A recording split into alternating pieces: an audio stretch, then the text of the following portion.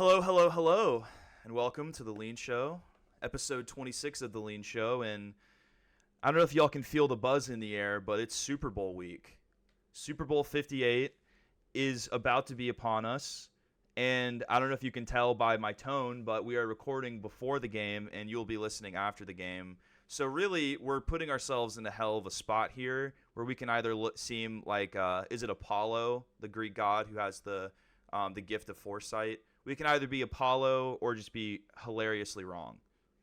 Yeah, and I mean, we're not going to be the only ones that are releasing stuff. Like, no matter what happens in the Super Bowl, shit's going to be going around on TikTok and social media for days. Like, it's not like nobody's going to be talking about the Super Bowl on Monday. Like, no way. Like, so I think we're good. Our content's still going to be fresh. Like, our predictions are going to either be right or wrong come Monday, come the time people listen to this. But maybe that'll make it even funnier. Right. So I think what I'm going to do here is I'm going to do the intro as if we were recording on Monday, as if the Super Bowl had just happened. And this is what we're going to do. Okay, here we go. Super Bowl 58 was a very memorable game that we all loved watching. And it's very unfortunate that the Chiefs caught a chronic case of diarrhea before the game, causing them to forfeit. Oh my God. I'm calling my shot, you know? Yeah, but I mean they all got lead poisoning from their Stanley Cups. And the Stanley provided exclusive Chiefs colorways to all the players. They were really excited about it. And then they all filled them up with, Gatorade or water or whatever their beverage of choice is. And then by Sunday afternoon, none of them could really think. Like, they had some not only they also had diarrhea, but they also had mild lead poisoning to where they couldn't really remember what was going on or what football was or who played what position. And I think it was probably better for everybody that they forfeited it and turned it into a 3-hour-long Usher concert. I think that's probably what America would have preferred, right? Yeah, I mean, Usher and then surprise appearance by Justin Bieber. Justin Bieber came out and sang Baby with Usher, what the world was all waiting for, all the 14-year-old, or all of the women out there were reliving their 14-year-old fantasies and seeing J Biebs up there with Usher singing Baby.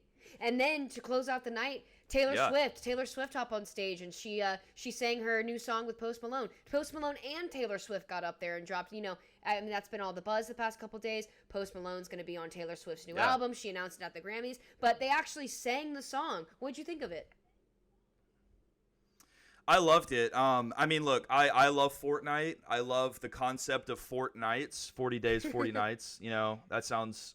I'm into that concept. So everything about the song really spoke to me. Yeah. I love the idea of two of pop's biggest icons coming together for a banger song. Totally. And I will say the one thing that was kind of strange about the Super Bowl to me was whenever, because all the Chiefs were stuck on the toilet having diarrhea and lead poisoning. So none of them were on the field to watch the performance in person. I did find it kind of strange that Taylor Swift proposed to Travis Kelce in front of a camera. I thought that was kind of odd. I thought usually the guy's the one who's supposed to do that. But obviously, Taylor's mother, and Taylor does what she pleases, and she's a pop icon, and, she's constantly breaking barriers. Yeah. So maybe that's the way it was always supposed to be. Yeah, she's constantly breaking barriers. She's constantly tearing down gender stereotypes. I mean, have you heard her song, If I Was a Man? Like, she's literally living it out. She lived it out on the Super Bowl and proposed. So all of you who bet on Travis proposing to Taylor, I'm sure millions of dollars were probably lost because it was really the other way around. Yeah. That's just a bad beat. Where the ticket doesn't cash if Taylor's the one who... That's actually what Vegas is going to do, by the way. If there's too much money, if they get word that this is going to happen... obviously, this doesn't matter because all the Chiefs got lead poisoning and diarrhea. But if that didn't happen, that's how Vegas is going to get away with not paying out all those tickets, is actually Taylor's going to propose to Travis. Yeah. Right? Yeah. I mean... What a twist. What a love story. I think, and you said this before we started, an article came out, right, that Travis paid a bunch of money to have all of their families there. So, I mean, it makes sense now in a 360 view that was for the engagement, right? Like, you want your family there to celebrate. Absolutely. I mean, like, look, absolutely. What's going to get more engagement? Travis proposing to Taylor? Probably a little bit. Taylor proposing to Travis? I mean, that's a PR power move right there. But like you said, so this is an article in the New York Post that was posted this morning. Travis Kelce footing hefty Super Bowl suite bill for his and Taylor Swift's family. Oh, okay. Guys, we're going to get through this first line. It's rough. Travis Kelce is taking care of his main squeeze, Taylor Swift, and their families at Super Bowl 2024. It's Super Bowl 58, you fucking loser. No one calls a Super Bowl by the year it's played. It's a whatever, it doesn't matter. And I'm not reading this article because they don't deserve my airspace. Also, okay, actually, just going through, this is interesting. Kelce's, hold on. Sorry. Kelce makes $12 million a year, and it's going to cost anywhere from $800,000 to $2 million to reserve the suite. What? Now, maybe that, which seems like a lot, doesn't it? Seems like a lot. Also, like, you can't get, I mean, I guess, like, it's Vegas and they have to make their money. You can't get that comped. Right? You can't get a free. Isn't that kind of crazy? Yeah, no, that was literally my first thought is, like, when you said that he was footing the bill, I'm like, does he not at least get tickets for free? Like, obviously he gets tickets for free. I mean, he's got to. He's got to. Also, $12 million, like, that's nothing. I would have thought he made way Broke more boy than numbers. that. Yeah. Get your money up, not your funny up, Travis. Yeah, you know? dude, like, man, like, you gotta renegotiate that contract. $12 million? I would have thought he would have, maybe this is just ignorant of me, but I would have thought he would have made like $50 million a year or something crazy like that. Well, like, that's not with sponsors, and the podcast makes a lot of money, and there's a salary cap in football, so he's probably like the second or third highest paid tight end in the NFL. But anyway, that's not the point. The point being, this is probably to make up for his horrible performance as a boyfriend by not showing up and supporting Taylor at the Grammys. Yeah. I mean, dude, like, what did you have going on that night that was so important? You had to miss Taylor's big night, right? You made her go with Lana Del Rey. Thank God she's not gay, because she might leave you for Lana, right? I mean, even if she's not, Thank God. even if she's not gay, I think any girl would probably leave their man for Lana. Let's be honest. I would think so. Yeah. Right? I mean, Lana brings everything to the table. She brings mysteriousness. She brings good looks. She brings a gun. Do you see the picture of, like, her with a gun? No, I haven't. But... I don't even know this is real. By the way, I have no idea this is real. I saw, like, an Instagram picture, and someone was like, Lana Del Rey poses with gun on her Instagram story. Dude. And it's just, like, a selfie of her in a mirror, and she's got, like, a little handgun. That's like, in the back of it. That's hilarious. It was... Could be AI. I don't know. Yeah, that's you read my mind. I was gonna say, here we go with the AI generated images. No, she's a baddie though. She's a baddie, and yeah, I mean, who knows what Travis had going on? But shitty boyfriend duties, and do better, man. Do better next time. You got to do better. So at least at the small cost of $800,000 to $2 million, he'll get back in Taylor's good graces for missing the Grammys. Yeah. So, we've got a great show for you today. It's going to be a little shorter. We had some real life things pop up today, but it's going to be hopefully bring you some laughs. Hopefully we already did. Yeah. I mean, I think the entire Chiefs team getting diarrhea lead poisoning is pretty funny. So, but that's not like a joke. That's just me stating the facts of what happened. Right. Because obviously we're recording this before, but. That's my prediction of what's going to happen for the game. Yeah, diarrhea is always funny. It is, isn't it? It's like, it's like my joke the other week about, also about Stanley's, where it's like, what if the CEO of McDonald's came out and said, well, like 5% of Big Macs will give you diarrhea, yes. But what are you going to do, stop eating Big Macs? Have you the secret sauce, 2 patties, lettuce, onions? Like, what are you going to do, not eat it? They're not. So, besides that, do you have a Super Bowl prediction that, like, isn't like who wins because who gives a fuck? But, like, hypothetically, if I'm wrong about the entire Chiefs team getting lead poisoning diarrhea, if that doesn't happen, do you have any fun predictions for the game? Well, you said Usher bringing on Justin Bieber. Yeah. I mean, I do. I mean, so that's the only semi-realistic one, and now I'm like, the more I talk about it, it's probably not super realistic, but like I think Justin Bieber is just too low-key for that. Like, I think it's just too on the nose. It's too pop culture. It's too in. It's too out there for him. But it would be pretty sick because, and the only thing that makes me think that is like him and Usher really are boys, and like Usher's the one that like really like, you know, helped Justin start his career. I mean, that's kind of how he made it, is because he just happened to be in the recording studio with Usher and like have the balls to like go up to him and be like, hey man, can I sing for you? So it would be really cool if like they like got back together for Baby. Will that happen? Probably not. I mean, actually it did happen, right? It did happen. So we'll see. It did happen. So congratulations to Justin Bieber for being back in the public eye in a significant way. Yeah. Shout out to Justin Bieber. You know, I think we might have said this earlier to ourselves before we started recording, but you know, whenever Justin, you know, because you kind of said like, well, you know, Justin's been kind of low key. Yeah. The last, you know, couple years in terms of like public appearances and PR or whatever.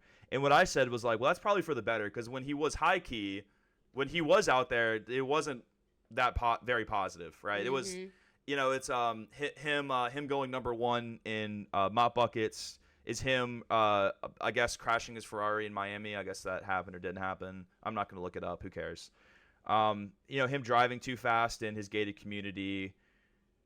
Him, how did we forget about this? Him going to the Anne Frank Museum and going, well, she probably would have been a believer. Oh my God, that one was iconic. That's a good one. I thought you were gonna say the video of him naked in Mexico on his balcony with his dick out. But no, the Anne Frank thing is, yeah. Also that one. Bro, he's so lucky. He's so lucky that happened a couple years ago and not this year. Man, he would have been donezo if that happened this year. Donezo.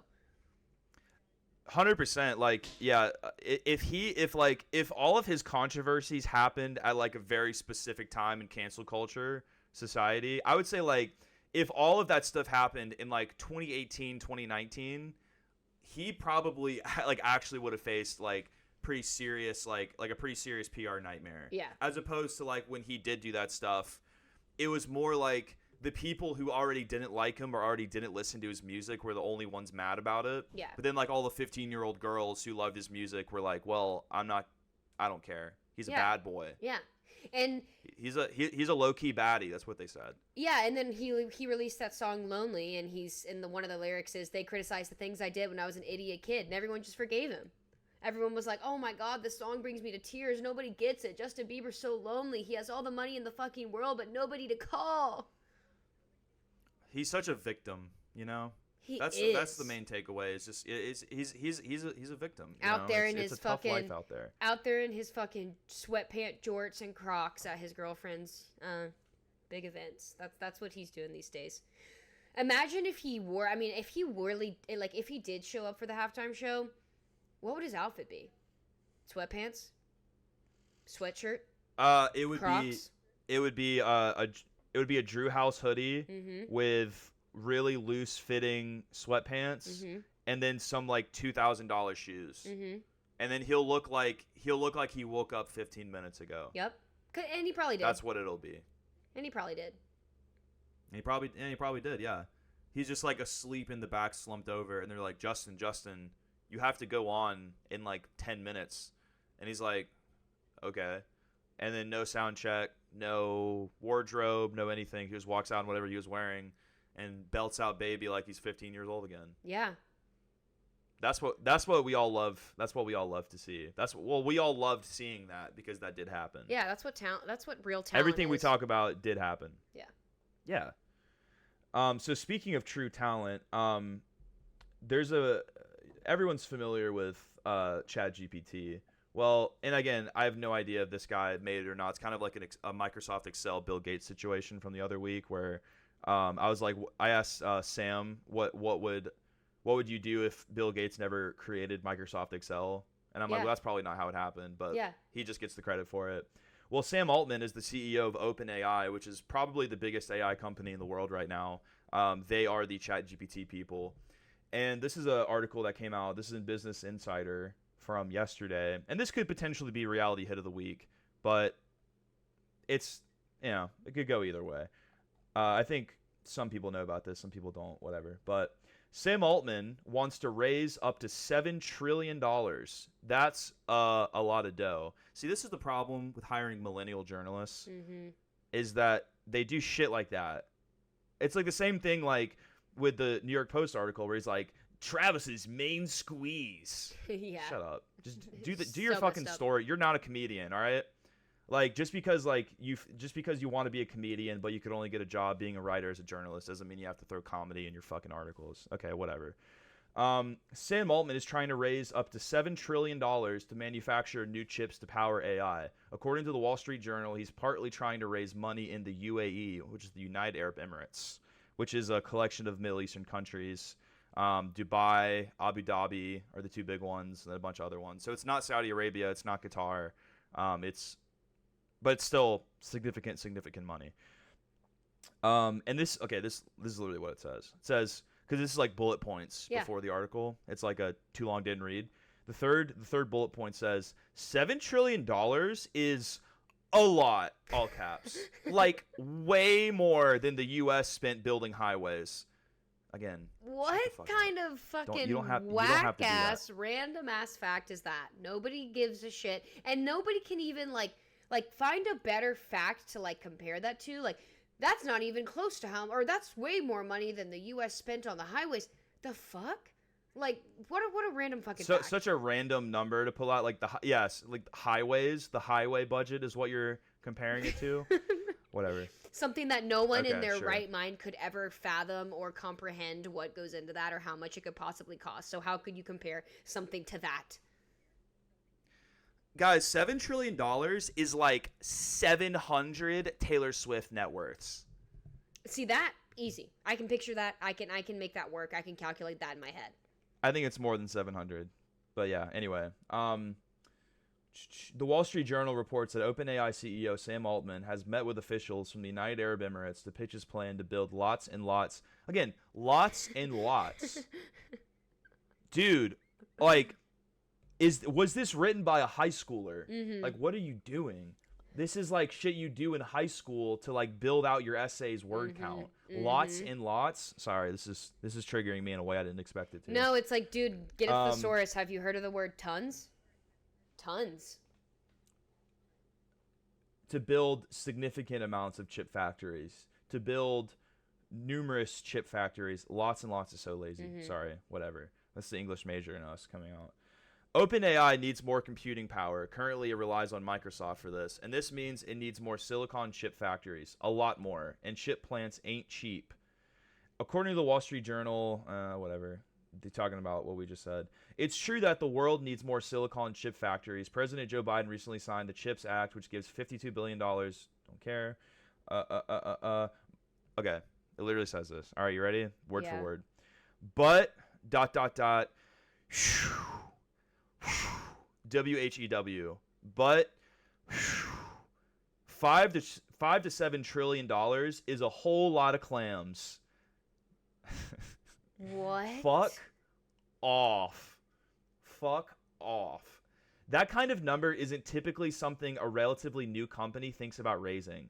In fact, there aren't very many things at all that cost in the trillions. How much is it? Consider this. So the entire U.S. gross domestic product is $23.36 trillion. Now that's the total amount of money without cost of manufacturing or anything that all of our exports add up to, I believe. The entire U.S. federal budget was $6.3 trillion in 2022. So basically, he's asking for the equivalent of an entire U.S. federal budget to build chip factories, so his AI computing power gets better. Which it does seem like a lot. So I guess we'll ignore like the very annoying way this article is written. Sure. And just kind of focus on how much money he's asking for. $5 to $7 trillion. Like, it's one of those numbers that you really, and this is kind of what the article tries to do, you really can't even comprehend how much money that is. Yeah, you can't. I mean, the quote unquote on paper, the richest man in the world is Bezos, what's Bezos' net worth right now? It's either Bezos or Elon. It goes back and forth. I mean, Bezos is only worth $191.9 billion right now. And So $1 trillion is $999,000 million, basically. Right? yeah, it's $1,000 billion. Yeah. Is what a trillion is. Yeah. That's what it is. Yeah. It's 1,000 billion. It's 1,000 iterations or units of $1 billion. Yeah. And also, like, I don't know if you've ever seen the Rice video. It's a very famous internet video, but it's a guy. It's a way of explaining the astronomical wealth, because like people throw around numbers like, oh, you're a billionaire, oh, you're worth 50 billion, 100 billion, whatever, and it's really hard to quantify how much that actually is compared to the average person. So there's like a video of a guy who's like, all right, he has a bag of rice and he's like, here's 1 grain of rice, this represents whatever it is, it's like $1 million.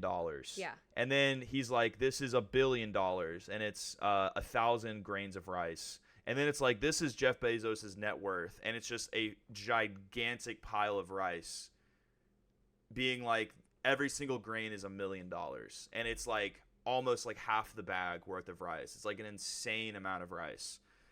And so, I mean, you would need so much rice to make that comparison for $7 trillion. Yeah. And I know that's not like a form of measurement. It's how much rice does it go into. It's a visual aid, but it is a way of it's a way of visually quantifying how much it actually is, like how insanely absurd the amount of money that is. It's a Super Bowl. And so it's a Super Bowl field filled with rice. Yeah, let's go with that. That's topical. It's a Super Bowl. It's a football field filled with rice from end to end. Yeah. Right. And then, the rice will probably become infected with CO2 as Taylor Swift's private jet flies over it. I did see that list come out. I think I saw that this morning, where I think Travis Scott took the number one. It was like the list of the celebrities that have taken the most private jet flights this year. Travis Scott was number 1. Kim Kardashian was number 2. People were like, guys, Taylor wasn't even on the list. Okay? So don't bring Taylor into this, because Taylor wasn't even on the list, guys. But no, I mean, she wasn't in the top 10. I mean, I'm sure if you looked at the entire list, obviously she took a private plane this year. Obviously she doesn't fly commercial. Obviously she has her own private fucking plane. But it was interesting that Travis Scott was number 1. Like, where the fuck is that guy going? I thought he got canceled. Where's he flying to? I don't know. I know he released an album last year, so he probably had to do a lot of press. I know he did it. He was planning on doing a concert, and this is not related to Sam Altman at all. I guess I guess the main thing I wanted to say was 7 trillion. That's a lot, and also this article sucks. So we can probably just move on based on that. I don't really have any thoughts on maybe the only thought I was going to have really quick, and then we can talk about that. Or actually, we can talk about Taylor suing the college student who's tracking her private jet flights. We can talk about that, too. That's an interesting story. But it's like you have to come up with such an astronomical number to show up to the fucking UAE, like the oil people, and be like, hey, this is how much money I need. And they're like, dude, we can't give you that. Like, you would have to have such an astronomical number to have, like, Middle Eastern countries who, like, control the trade of oil, who just have seemingly unlimited money, being like, dude, get the fuck out of here. Like, no. Yeah. Right? Yeah. You like, the number you would have to say to make that true would be so insane. And I guess he accomplished that if that was his goal. So, good for you, Sam.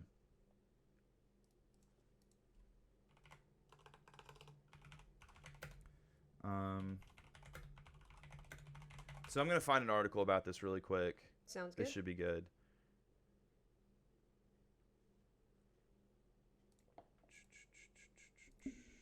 Sorry, I'm looking. So this is on Fox News, everyone's most favorite reliable news source. Cut this out of the video of me looking. So here we go. Sorry. Go ahead. Yeah, that's fine. Taylor Swift sells one of her $40 million private jets amid threats to sue college student who tracks her admissions. The pop star is selling the smaller of her 2 private jets. I guess she has 2. Fun fact. Now we all know that. Taylor Swift has sold one of her private. Okay, we just saw that. You don't need to say that again. The pop sensation sold her Dassault Falcon 900LX on January 30th to Missouri-based car insurance company CarShield. Swift reportedly purchased the jet in 2011. None of that matters. But there's a college student. Here we go. Yes, so here it is. The move to sell comes on the heels of news that Swift lawyers sent a letter to Jack Sweeney, a junior at the University of Central Florida, who tracked her flights and locations to demand that he stop, the Daily Mail reported. In addition to Swift, Sweeney also tracks the flight paths of planes and helicopters owned by celebrities, billionaires, politicians, and other public figures using publicly available data provided by the FAA to share the estimates of their costs and emissions. Quote, I think it's important to note that nowhere do I intend for harm. I actually think Swift has some good songs. The fuck does that matter? I believe...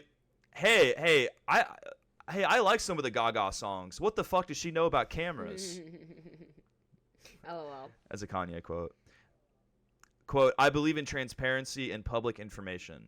So, yeah, so it says it in the article, but this student, all they really do is, like, you can track I think maybe public as well, but you can track private jet flight logs. Yeah. Like, it's not super hard to do. It's publicly available because all those flights have to be registered with the FAA. So you can see where they depart from, where they go. Mm-hmm. And, you know, because, like, another thing was Elon, there was, like, an Elon flight tracker also. And then Elon, I think, just, like, deleted the guy's Instagram account. And was like, no, I don't want this out. You can't do that. And it's like, dude, anyone could see this information. I'm just taking it and making it more available to the average person. Right. And that's all this person's doing with Taylor, which it also just seems like, hey man, like you're worth $1 billion and like this is what you're focused on. Right. It's like, do you really care if people like shit on you for emissions? Because at the end of the day, again, it's like Bieber, like I said earlier, like with Bieber, where like their fans don't care, dude. Yeah. Do you think Taylor fans are like the people upset about that are not the people who are going to be going to the Eras Tour concerts and being like, well, I'm glad that she's in Tokyo, but man, I wish you would have sailed over here with Greta Thunberg, right? No. Yeah. No one cares. Yeah, and the lawsuit seems like seems like it doesn't have a leg to stand on if it's publicly. He's not what's it called? Oh, fuck. What's it called when people sue? We talked about it like last week. I feel like when people sue slander. Like, it's not slander to be like, hey, this is how many flights Taylor took this year. Like, if it's publicly available information, like, how is she, what is her case even built on? And I'm like, shit like this, where I'm like, Taylor, back the fuck off. Like, why do you care? Like, seriously? Like, why do you care about this? Like, what are you trying to hide? Like, he's not, he's just putting facts out there. Like, who cares? Like, why are you getting your lawyers involved? Like, he's not doxing her. He's not doing anything that, again, the average person couldn't just find on the internet anyway. Yeah. They're just amplifying public. It's essentially like if you take like a Twitter account that just like promotes new music that's released. Yeah. And then one of the artists being like, hey, you talked about my song. You're not allowed to do that. Mm-hmm. And it's like, dude, I just took a song that anybody else could find and I just like played a preview of it, or I uploaded a preview of it on my Twitter, so that like I could get some engagement. But like it's not you're not providing any new information is the main thing. Like, you're not providing any new information. Honestly, like her lawyers. So it seems, and her lawyers probably have such a big retainer. Like, they probably have like millions. Like say their retainer is $5 million a piece. She's like, all right, give the boys something to do. She's like, all right, like, she doesn't actually care, but she's like, look, I'm paying these boys $5 million a year just in case, because that's how lawyer retainers work. Like, you pay your lawyer, I mean, I know you know this, but, like, you pay your lawyer a retainer just in case you need them, like, so that they will stay your lawyer. And so she's probably like, all right, boys, it's hunting season. Like, go get us a story so that my money is worthwhile. Yeah, no, I did not think about that, but that's such a great point. Like, Taylor's like, what am I paying these fucking lawyers to do if they're not suing somebody? Exactly. Like, what am I paying you for? It's like, obviously, it's probably a good idea to have them on retainer in case like an actual legal thing happens. But then if an actual legal thing doesn't happen for a while, then like why not just like make shit up. It's like everyone's probably had like a shitty retail job or something. It's kind of like your manager being like, hey, you look bored. Do you want to like go reorganize the socks over there? I used to work at Shoe Station. I used to work at a shoe store. And it'd be like my manager being like, hey, you know, the store's kind of dead right now. There's not a lot of people here.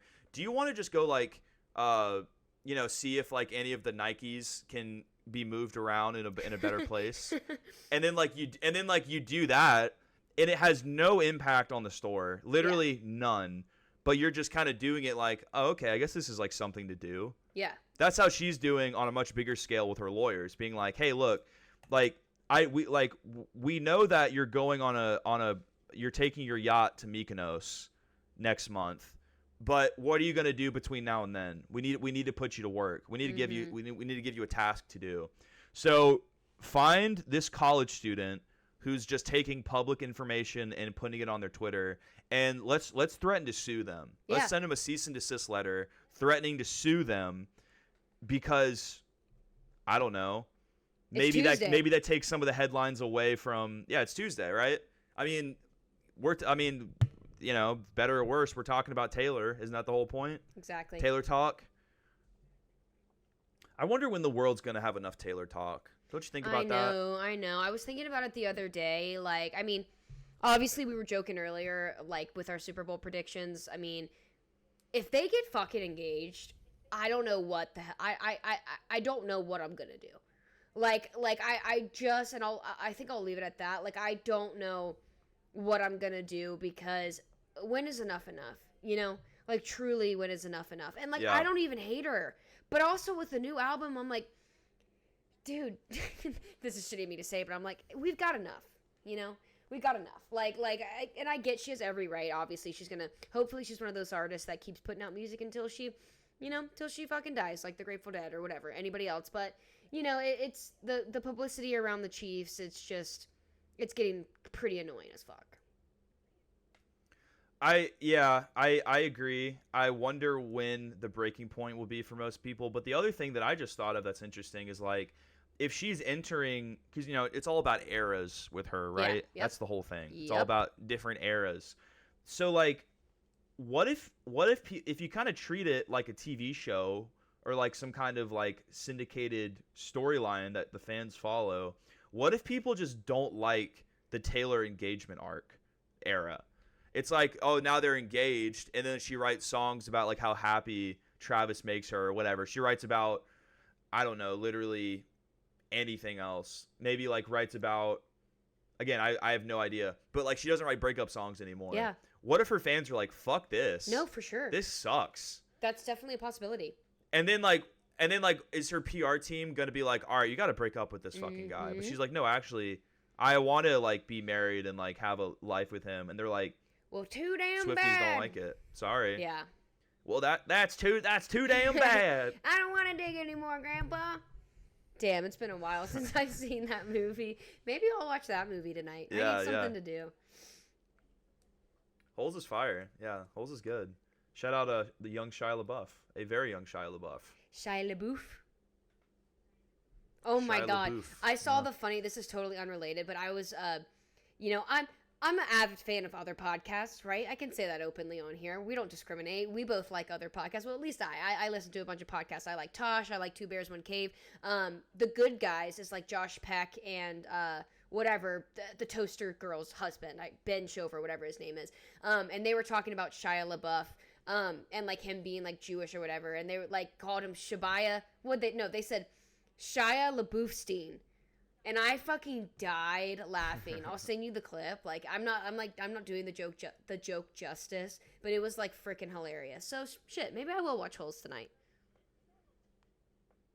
Yeah, go ahead and do it. Shia LaBeouf, a bit of a controversial figure these days, totally. But that's neither here nor there. You can still enjoy his work, especially his earlier work, kind of separate from that.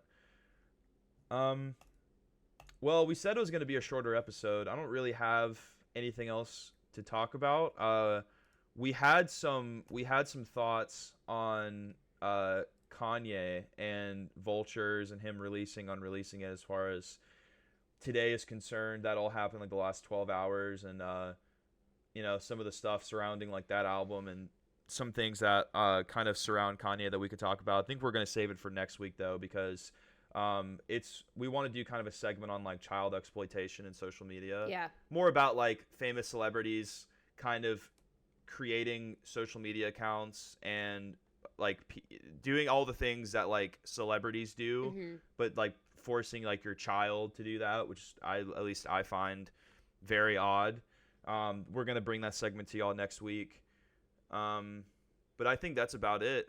Sorry for it's a little shorter of a normal episode, but it's tight, It's a tight 35-ish that we'll have, Nothing wrong with that. Yeah, it's a tight 35. But yeah, no, I mean, I hope everybody enjoys their Super Bowl Sunday. There's going to be laughs, there's going to be cries, there's going to be surprises. Maybe there'll be a streaker. Lee mentioned that to me before we started recording. Maybe there'll be a chance that somebody streaks. I would love a streaker. Yeah. I would love a streaker. Yeah, I mean, truly this has been an insane year for the NFL, especially with Taylor Swift. So, like, we do not know what Sunday's going to bring, but we're both excited. I'm sure you guys are excited, too. And, hey, if anything, maybe it'll give us more content to talk about next weekend, right? I hope so, at least. Yeah, if people, if there really is like a giant thing that happens, then it'll give us more topics to discuss. You can never have too many of those. But yeah, I think we're gonna wrap it up right there. Thank you so much for listening, guys. If you're listening on Spotify, please consider giving us a 5-star review. If you're watching on YouTube, thank you so much. Thank you to Glazed Eyes for letting us use their single "Way Down" off their released LP. Go show some love to them. They're a great local Pensacola band. And is that it? Kathleen, any final thoughts? No, y'all stay classy. Little Anchorman quote there. Follow us on Instagram and TikTok. That was the other one. Sorry. Oh, yeah. Follow us. Thanks, guys. At the Leen Show. And that's all, folks. I guess we'll just end with that. Yeah. Like the Looney Tunes, That's all, folks. Yeah. Look, we'll go with that. Anyway, guys, have a great day. Enjoy the Super Bowl. Try not to get diarrhea.